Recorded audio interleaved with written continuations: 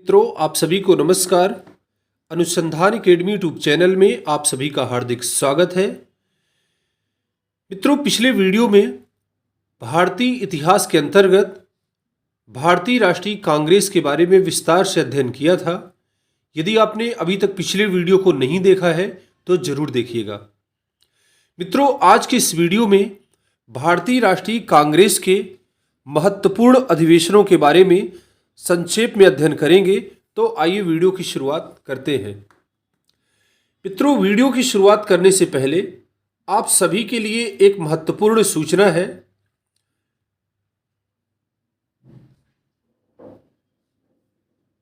अटल अनुसंधान academy YouTube channel द्वारा Uttar Pradesh assistant professor भर्ती परीक्षा की तैयारी हेतु सामान्य अध्ययन की सफलता एक्सप्रेस एवं विजय पथ टेस्ट सीरीज का आयोजन किया जा रहा है। ऐसे प्रतियोगी छात्र जिन्होंने अभी तक टेस्ट सीरीज को ज्वाइन नहीं किया है, जरूर ज्वाइन करें ताकि आप अपनी परीक्षा की तैयारी का सही आकलन कर सकें और परीक्षा में अच्छा प्रदर्शन करते हुए सिलेक्शन करा सकें।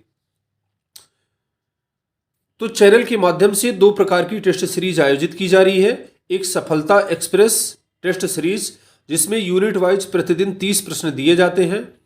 Unit wise test series complete करने के बाद दूसरी टेस्ट सीरीज विजय पथ टेस्ट सीरीज आयोजित की जा रही है, जिसमें संपूर्ण प्रश्न पत्र के लिए टेस्ट सीरीज आयोजित की जाती है। तो आइए वीडियो की शुरुआत करते हैं। यहाँ पर एक नंबर दिया हुआ है 9569030136 पर व्हाट्सएप करके आप टेस्ट सीरीज ज्वाइन कर सकते हैं।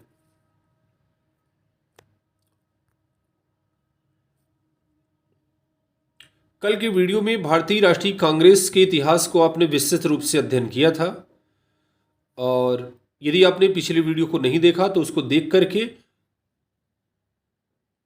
आप पढ़ लीजिएगा। वीडियो के डिस्क्रिप्शन में पीडीएफ लिंक भी दे दिया जाता है, आप वहां से पीडीएफ भी डाउनलोड कर सकते हैं।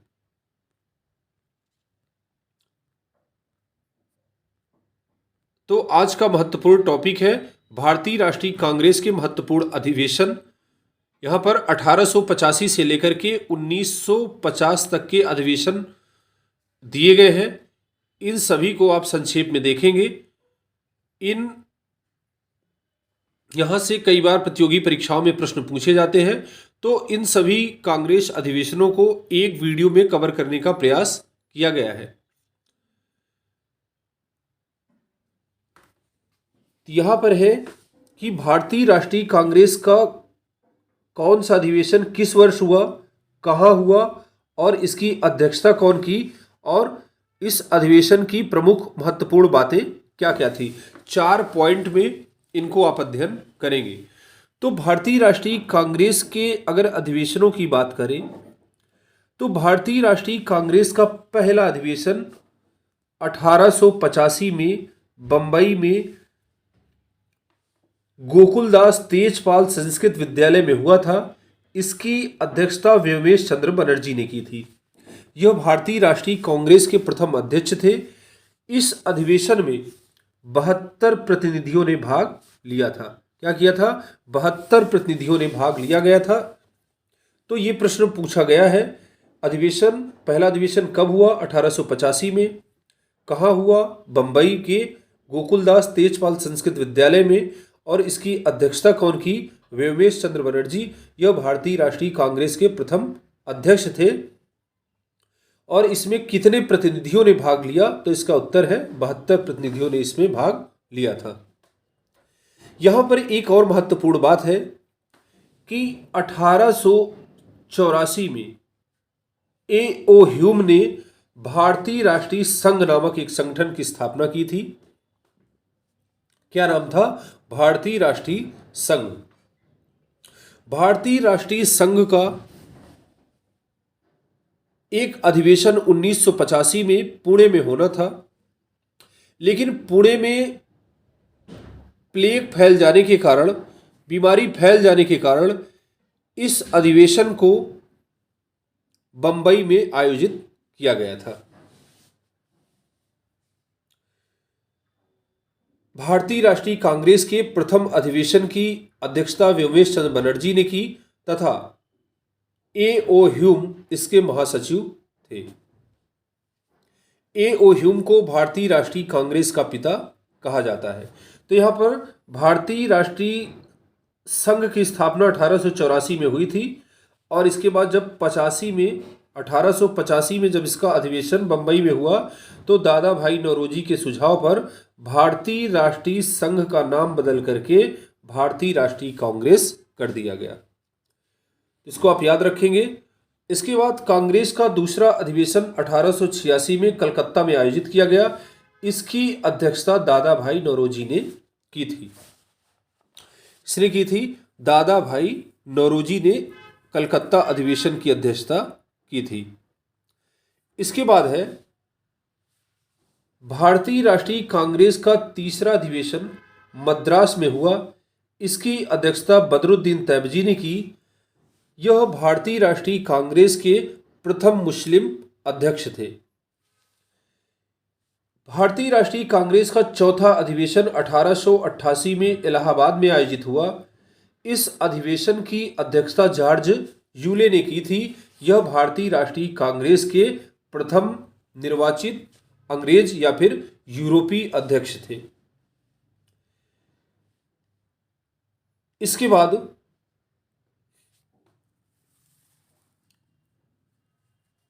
इन चारों अधिवेशन को आप याद रखेंगे, सभी बहुत ही महत्वपूर्ण अधिवेशन हैं।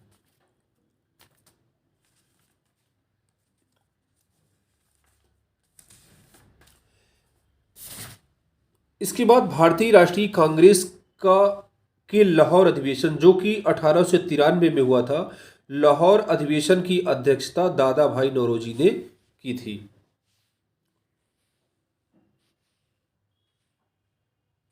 अब बात करते हैं 1905। भारतीय राष्ट्रीय कांग्रेस के बनारस अधिवेशन की अध्यक्षता 1905 में गोपाल कृष्ण गोखले ने की थी। स्वराज्य के विषय में इस अधिवेशन में पहली बार चर्चा की गई थी। गोखले एक उदारवादी नेता थे। इन्होंने सर्वेंट ऑफ इंडियन सोसाइटी की स्थापना 1905 में की थी। गोपाल कृष्ण गोखले महात्मा गांधी के राजनीतिक गुरु हैं। इसके बाद 1906 में कलकत्ता में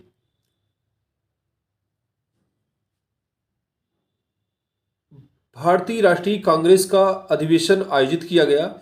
इसकी अध्यक्षता भी दादा भाई नौरोजी ने की थी। 1907 का अधिवेशन सूरत फूट के नाम से जाना जाता है और बहुत ही प्रसिद्ध है। यहां से बार बार प्रश्न पूछा जाता है। तो भारतीय राष्ट्रीय कांग्रेस का सूरत अधिवेशन 1907 में गुजरात में आयोजित हुआ था। इसकी अध्यक्षता रास बिहारी घोष ने की थी। सूरत अधिवेशन में भारतीय राष्ट्रीय कांग्रेस विचारधारा के आधार पर नरम दल एवं गरम दल में बढ़ गई थी और यह विभाजन कांग्रेस की पहली फूट था। इसमें अध्यक्ष पद को लेकर के विवाद हो गया था। उदारवादी नेता रास बिहारी घोष को अध्यक्ष बनाना चाहते थे, जबकि उग्रवादी नेता जैसे जिसमें लाल बाल पाल आते थे, लाला लाजपत राय, बाल गंगाधर तिलक, विपिन चंद्र पाल, ऐसे उग्रवादी नेता लाला लाजपत राय, जिन्हें पंजाब ए शेर कहा जाता है, लाला लाजपत राय को अध्यक्ष बनाना चाहते थे।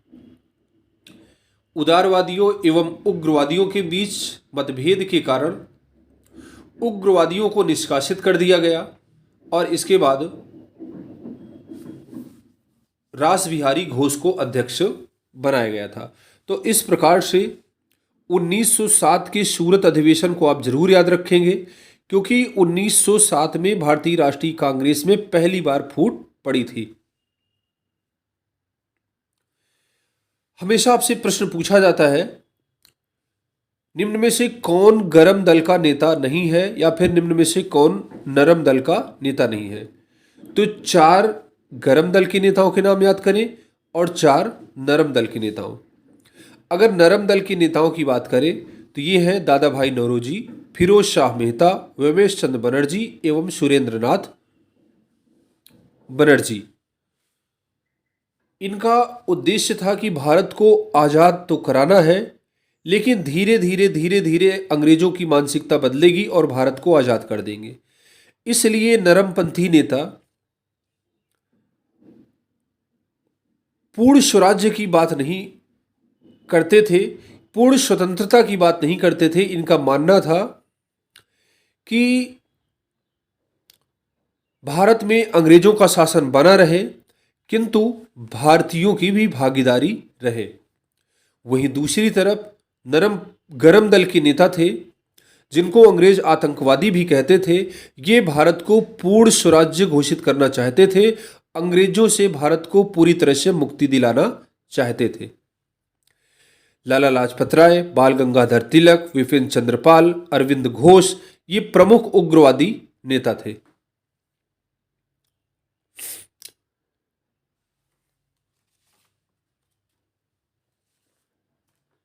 उदारवादी नेता क्षमा एवं याचना की नीति पर विश्वास करते थे। प्रतिनिधि ब्रिटेन में प्रतिनिधि मंडल भेजते थे ताकि इनकी बातों को माना जा सके। करते भी क्या, लाठियां खाने से अच्छा तो यही था कि धीरे धीरे धीरे धीरे अपनी बात को रखा जाए और एक समय ऐसा आएगा कि भारत आजाद हो जाएगा। तो ये ऐसे नेता थे जो उदारवादी थे, क्षमा एवं याचना की नीति अपना करके भारत को आजाद कराना चाहते थे।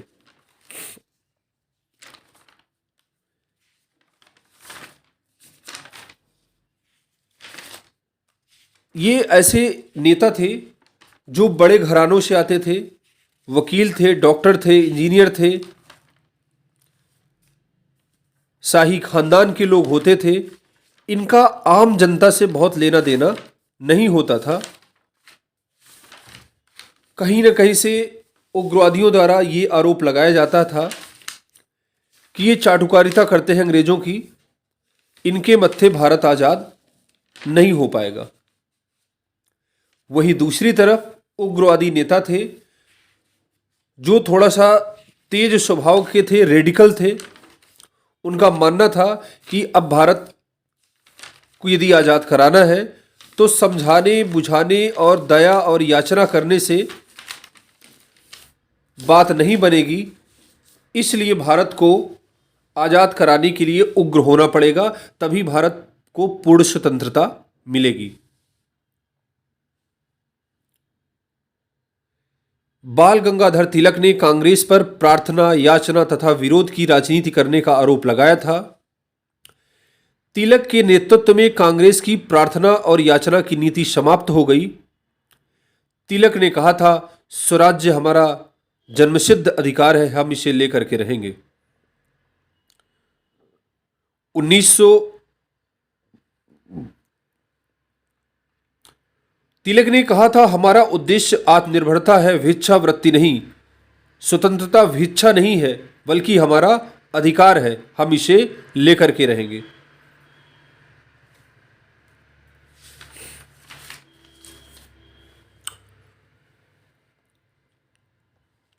तिलक ने अंग्रेजी भाषा में मराठा तथा मराठी भाषा में केसरी पुस्तकें प्रकाशित की थी। केसरी में प्रकाशित लेखों के आधार पर उन पर मुकदमा चला करके 6 वर्ष के लिए मांडले जेल पर भेज दिया गया था। तिलक ने मांडले जेल में गीता रहस्य नामक पुस्तक लिखी थी और असहयोग आंदोलन की पूरी तैयारी कराई थी। 1 अगस्त 1920 से असहयोग आंदोलन की शुरुआत होनी थी और 1 अगस्त 1920 को तिलक की मृत्यु हो गई थी, जिस कारण से वह असहयोग आंदोलन में भाग नहीं ले सके। तिलक 1919 के अमृतसर अधिवेशन में अंतिम बार भाग लिए थे। इसके बाद उनकी मृत्यु हो जाती है। वह कभी भी भारतीय राष्ट्रीय कांग्रेस के अध्यक्ष नहीं बने।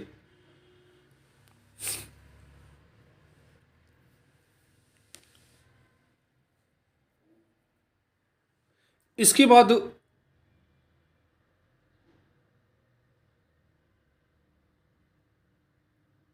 अगला अधिवेशन है कलकत्ता अधिवेशन।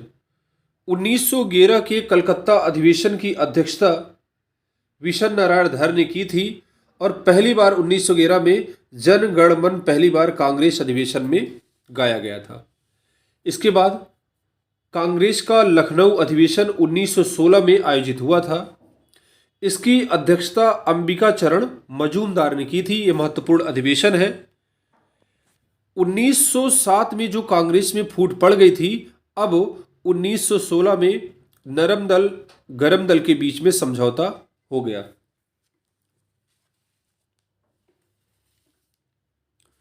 उन्नीस सौ सोलह में मुस्लिम लीग भी कांग्रेस के साथ आ गई थी और कांग्रेस तथा मुस्लिम लीग के बीच एक समझौता हुआ जिसे कांग्रेस लीग योजना कहा जाता है। इसे लखनऊ पैक्ट के नाम से भी जाना जाता है। 1907 में निष्कासित उग्रपंथियों को, जो कि 9 साल से कांग्रेस से निष्कासित थे, पुनः कांग्रेस में 1916 में शामिल कर लिया गया था। इस समझौते में महत्वपूर्ण भूमिका बाल गंगाधर तिलक एवं एनी बेसेंट ने निभाई थी। तो आप इसको याद रखेंगे। 1916 के अधिवेशन की अध्यक्षता किसने की, कहाँ हुआ और इसका मुख्य विषय क्या था। 1917 के, यहां पर आप याद रखेंगे, 1917 के कलकत्ता अधिवेशन की अध्यक्षता एनी बेसेंट ने की। ये भारतीय राष्ट्रीय कांग्रेस की प्रथम महिला अध्यक्ष थी। कौन थी? भारतीय राष्ट्रीय कांग्रेस की प्रथम महिला अध्यक्ष थी। इनकी 2 महत्वपूर्ण पुस्तकें हैं, न्यू इंडिया और कॉमनवेल्थ। 2 पुस्तकें हैं, बार बार प्रतियोगी परीक्षाओं में पूछी गई है, इनको जरूर याद रखेंगे। एनी बेसेंट एवं तिलक के द्वारा भारत में होम रूल लीग सोसाइटी का विस्तार किया गया। 1919 के अमृतसर अधिवेशन की अध्यक्षता मोतीलाल नेहरू ने की। इसमें कांग्रेस के खिलाफत आंदोलन का समर्थन किया गया था। इसके बाद 1922 के गया अधिवेशन की अध्यक्षता चित्तरंजन दास ने की।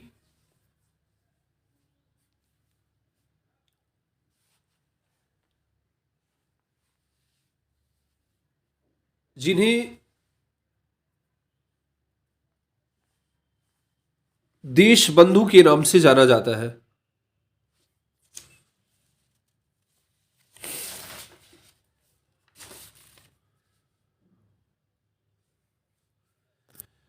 इसके बाद है 1924 का बेलगांव अधिवेशन। 1924 के बेलगांव अधिवेशन की अध्यक्षता महात्मा गांधी ने की थी। यह भारतीय राष्ट्रीय कांग्रेस का एकमात्र ऐसा अधिवेशन था जिसकी अध्यक्षता महात्मा गांधी ने की थी और यह प्रश्न उत्तर प्रदेश असिस्टेंट प्रोफेसर भर्ती परीक्षा में पूछा जा चुका है। असिस्टेंट प्रोफेसर भर्ती परीक्षा में यह प्रश्न पूछा गया है, इसको आप लोग जरूर याद रखेंगे। इसके बाद 1925 के कानपुर अधिवेशन की अध्यक्षता सरोजिनी नायडू ने की थी। यह भारतीय राष्ट्रीय कांग्रेस की प्रथम भारतीय महिला अध्यक्षा थी। एनी बेसेंट प्रथम महिला अध्यक्ष थी और सरोजिनी नायडू प्रथम भारतीय महिला अध्यक्षा थी, तो इसको भी आप अच्छे से याद रखेंगे। इसके बाद आता है 1928 का कलकत्ता अधिवेशन। 1928 के कलकत्ता अधिवेशन की अध्यक्षता मोतीलाल नेहरू ने की। यहां पर पूर्ण स्वराज्य तथा अधिशासी राज्य के समर्थकों के बीच में मतभेद हो गया। यहां पर 2 प्रकार की बातें समझ में आई कि कुछ नेता ऐसे थे जो भारत को पूर्ण स्वराज्य घोषित करना चाहते थे, पूर्ण स्वतंत्रता चाहते थे, और दूसरे ऐसे लोग थे जो अंग्रेजों की सरकार चाहते थे, लेकिन उसी में उनकी मांग थी कि भारतीयों को भी जो है सहभागिता दी जाए। तो यहां पर मतभेद हो गया और इसके बाद यहां पर मोतीलाल नेहरू के पुत्र पंडित जवाहरलाल नेहरू 1929 के लाहौर अधिवेशन की अध्यक्षता पंडित जवाहरलाल नेहरू ने की। यहां पर पूर्ण स्वराज्य की मांग का अनुमोदन किया गया तथा पंडित जवाहरलाल नेहरू ने लाहौर में रावी नदी के किनारे 31 दिसंबर 1929 को पहली बार तिरंगा फहराया था और 26 जनवरी 1930 को स्वतंत्रता दिवस मनाने की घोषणा की थी। इसके बाद अगला है 1931 का कराची अधिवेशन। 1931 के कराची अधिवेशन की अध्यक्षता सरदार वल्लभ भाई पटेल ने की थी और सबसे महत्वपूर्ण प्रश्न है यहां पर जो पूछा जाता है कि सरदार वल्लभ भाई पटेल ने की थी, यहां पर पहली बार मूल अधिकारों पर प्रस्ताव पारित किया गया था, आप याद रखेंगे। इसके बाद है 1936 का लखनऊ अधिवेशन। 1936 के लखनऊ अधिवेशन की अध्यक्षता जवाहरलाल नेहरू ने की थी। 1937 का फैजपुर अधिवेशन महाराष्ट्र में आयोजित हुआ था। इसकी अध्यक्षता जवाहरलाल नेहरू ने की थी। पहली बार कांग्रेस का अधिवेशन किसी गांव में हुआ था। ये एक ऐसा अधिवेशन था जो पहली बार गांव में आयोजित हुआ था, फैजपुर महाराष्ट्र में। इसके बाद बहुत ही महत्वपूर्ण अधिवेशन है 1938 का अधिवेशन और 1939 का अधिवेशन। 1938 के कांग्रेस के हरिपुरा अधिवेशन जो कि गुजरात में हुआ था, कांग्रेस के हरिपुरा अधिवेशन की अध्यक्षता सुभाष चंद्र बोस ने की थी और इस अधिवेशन में भारत के आर्थिक नियोजन पर विचार किया गया और इसके लिए राष्ट्रीय योजना नेशनल प्लानिंग कमेटी बनी जिसका नेतृत्वकर्ता सुभाष चंद्र बोस थे और इस कमेटी के अध्यक्ष पंडित जवाहरलाल नेहरू थे। इसके बाद 1939 में भारतीय राष्ट्रीय कांग्रेस का त्रिपुरी अधिवेशन मध्य प्रदेश में आयोजित हुआ। त्रिपुरी मध्य प्रदेश के जबलपुर में है। इसको कई बार प्रतियोगी छात्र त्रिपुरी को त्रिपुरा मान लेते हैं, ऐसी गलती मत करिएगा। त्रिपुरी मध्य प्रदेश के जबलपुर में स्थित है, तो त्रिपुरी की जगह जबलपुर भी ऑप्शन में हो सकता है। तो 1939 के त्रिपुरी अधिवेशन की अध्यक्षता सुभाष चंद्र बोस ने की थी, लेकिन इस अधिवेशन में महात्मा गांधी एवं नेताजी सुभाष चंद्र बोस के बीच में वैचारिक मतभेद हो गया और इस वजह से सुभाष चंद्र बोस जी ने भारतीय राष्ट्रीय कांग्रेस से त्यागपत्र दे दिया तथा उन्होंने 1939 में फॉरवर्ड ब्लॉक की स्थापना की थी। इसके बाद जब उन्होंने त्यागपत्र दे दिया तो इस अधिवेशन की अध्यक्षता बाद में डॉक्टर राजेंद्र प्रसाद ने की थी। इसको आप याद रखेंगे कि नेताजी सुभाष चंद्र बोस के इस्तीफे के बाद 1939 के त्रिपुरी अधिवेशन की अध्यक्षता किसने की थी? तो डॉक्टर राजेंद्र प्रसाद ने की थी, आप याद रखेंगे। इसके बाद नेक्स्ट है 1940 के रामगढ़ अधिवेशन की अध्यक्षता मौलाना अबुल कलाम आजाद ने की और मौलाना अबुल कलाम आजाद ने की थी। इसके बाद अगला अधिवेशन 1942 में आयोजित हुआ, बंबई का विशेष अधिवेशन। वैसे तो कांग्रेस के वर्ष में एक अधिवेशन होता था, किंतु आपातकालीन स्थिति में आवश्यकता पड़ने पर एक से अधिक अधिवेशन भी हो जाते थे, तो इसको विशेष अधिवेशन कहा जाता है।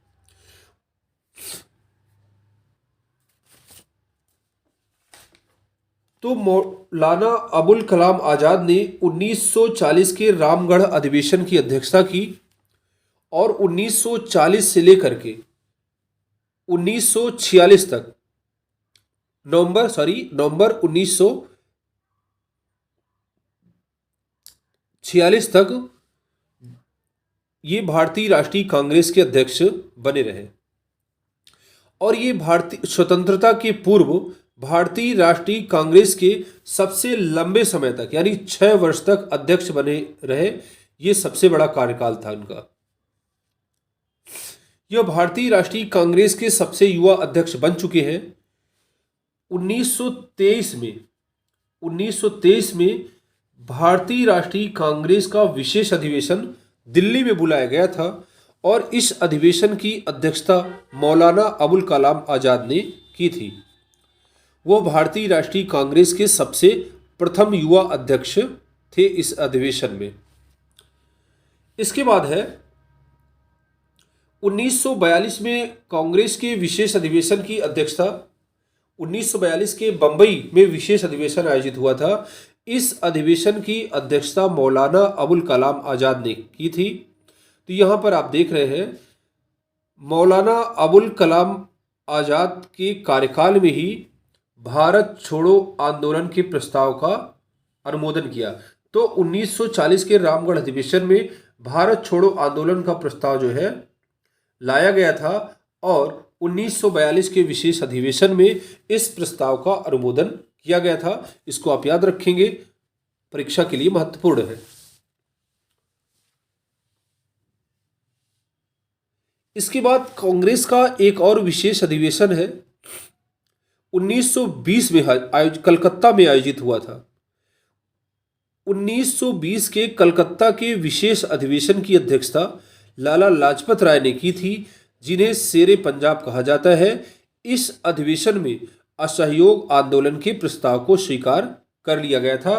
तो 1920 के कलकत्ता के विशेष अधिवेशन को भी आपको याद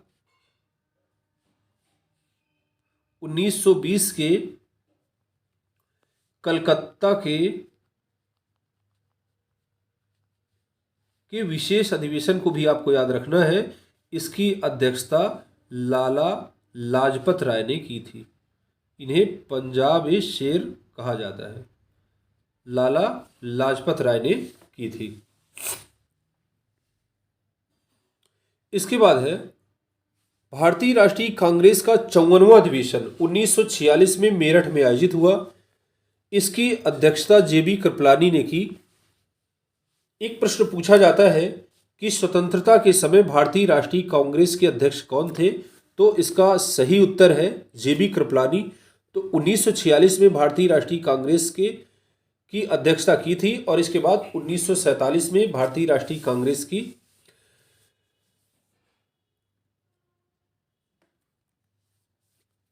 अध्यक्ष यही थे।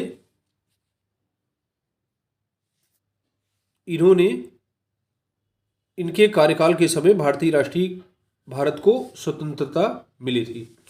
इसके बाद कांग्रेस का 55वां अधिवेशन 1948 में जयपुर में आयोजित हुआ था। जयपुर में इसकी अध्यक्षता पट्टाभी सीता रमैया ने की थी। स्वतंत्रता के बाद भारतीय राष्ट्रीय कांग्रेस का यह पहला अधिवेशन था। इसके बाद 1950 में भारतीय राष्ट्रीय कांग्रेस का 56वां अधिवेशन आयोजित हुआ। इसके अध्यक्ष पुरुषोत्तम दास टंडन थे। यहाँ पर एक महत्वपूर्ण बात है जिसको आप ध्यान रखेंगे। 1947 में वार्षिक अधिवेशन तो नहीं हुआ कांग्रेस का, लेकिन विशेष अधिवेशन जरूर हुआ था। दिल्ली में विशेष अधिवेशन हुआ था 1947 में, जिसकी अध्यक्षता डॉक्टर राजेंद्र प्रसाद ने की थी। दिल्ली के विशेष अधिवेशन की अध्यक्षता यहाँ पर 1947 में डॉक्टर राजेंद्र प्रसाद ने की थी। यहाँ पर वार्षिक अधिवेशन नहीं हुआ, विशेष अधिवेशन हुआ था। 1930 में, 1935, 1943, 1944, 1945 और 1947 में, साथ ही 1949 में भारतीय राष्ट्रीय कांग्रेस का कोई वार्षिक अधिवेशन नहीं हुआ है, कोई भी सम्मेलन आयोजित नहीं हुआ है। तो ये थे भारतीय राष्ट्रीय कांग्रेस से संबंधित महत्वपूर्ण अधिवेशन जो बार बार विभिन्न प्रतियोगी परीक्षाओं में पूछे गए हैं। और मुझे उम्मीद है कि अगर इन अधिवेशन को आप अच्छी प्रकार से पढ़ लेते हैं, अच्छी प्रकार से याद कर लेते हैं, तो भारतीय राष्ट्रीय कांग्रेस से संबंधित कोई भी प्रश्न आपका गलत नहीं होगा। भारतीय राष्ट्रीय कांग्रेस से संबंधित कुछ अन्य महत्वपूर्ण पॉइंट्स हैं भी, उनको भी आप देखेंगे। लॉर्ड डफरिन ने कांग्रेस की आलोचना करते हुए कहा था, जिस समय कांग्रेस की स्थापना हुई थी उस समय भारत का वायसराय लॉर्ड डफरिन था। उसने कहा था, यह सूक्ष्मदर्शी अल्पसंख्यकों की संस्था है, यह पूरे भारत का प्रतिनिधित्व नहीं करती है। इस प्रकार से उन्होंने आलोचना की थी। उन्होंने यह भी कहा था, इसके बाद लॉर्ड कर्जन, जिन्होंने बंगाल विभाजन किया था, उन्होंने 1919 में भारतीय राष्ट्रीय कांग्रेस की आलोचना करते हुए कहा था कि कांग्रेस अब लड़खड़ा रही है और जल्द ही गिरने वाली है। मेरा सबसे बड़ा मकसद यही है कि मेरे भारत प्रवास के दौरान इस पार्टी का अंत हो जाए। इसके बाद जिस कांग्रेस की आलोचना लॉर्ड कर्जन ने इतने कटु एवं तीक्ष्ण शब्दों में की थी, अंत में उसी कांग्रेस पार्टी ने भारत से अंग्रेजों को खदेड़ने में सहायता की और भारत को आजाद कराया। 1919 के कांग्रेस के लखनऊ अधिवेशन में बाल गंगाधर तिलक ने कहा था, स्वराज्य मेरा जन्मसिद्ध अधिकार है, मैं इसे लेकर रहूंगा। एक प्रश्न बहुत महत्वपूर्ण है, ये पूछा जा सकता है कौन से ऐसे नेता हैं जिन्होंने असहयोग आंदोलन शुरू कराने में महत्वपूर्ण भूमिका निभाई किंतु उसमें भाग नहीं ले सके। वो है बाल गंगाधर तिलक। 1 अगस्त 1920 को असहयोग आंदोलन शुरू होना था और 1 अगस्त 1920 को ही इनकी मृत्यु हो गई थी। इस प्रकार से यह आंदोलन में भाग नहीं ले सके थे।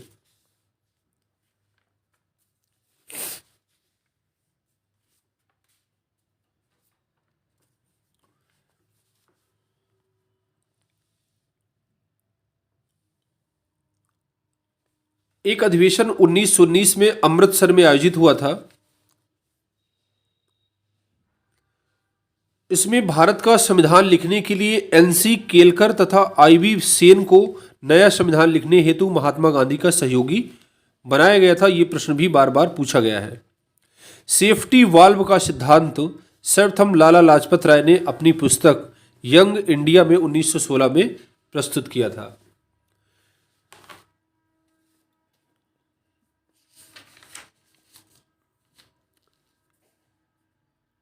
एक प्रश्न और महत्वपूर्ण है। दादा भाई नौरोजी जो कि भारतीय राष्ट्रीय कांग्रेस की भी अध्यक्षता कर चुके हैं, जिनके सुझाव पर भारतीय राष्ट्रीय संघ का नाम भारतीय राष्ट्रीय कांग्रेस किया गया था, वो प्रथम ऐसे व्यक्ति है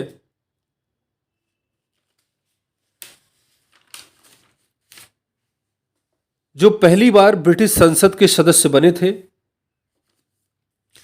इसको आप याद रखेंगे।